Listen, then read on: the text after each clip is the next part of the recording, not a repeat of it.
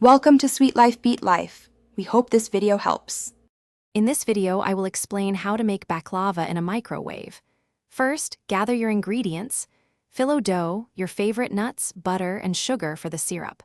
Begin by preparing the nut filling. Finely chop about 1 1/4 cups of nuts and mix them with a touch of cinnamon. Next, melt about 1/2 cup of butter, which you'll use to brush the delicate phyllo sheets. Now, let's assemble your baklava. Take a microwave-safe dish and place 1 sheet of phyllo dough, brushing it generously with melted butter. Repeat this for several layers, then spread about 1/3 of your nut mixture.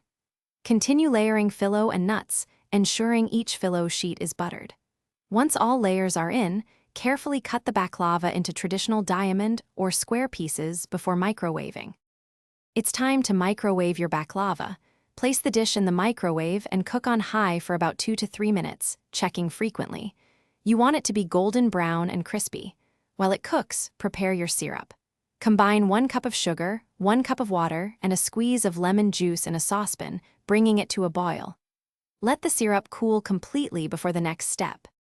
Once your baklava is out of the microwave and still hot, immediately pour the cooled syrup evenly over the entire dish. The hot baklava will absorb the cool syrup, creating that perfect sweet and moist texture. Now, the hardest part, patience. Let the baklava cool completely for at least 2 hours.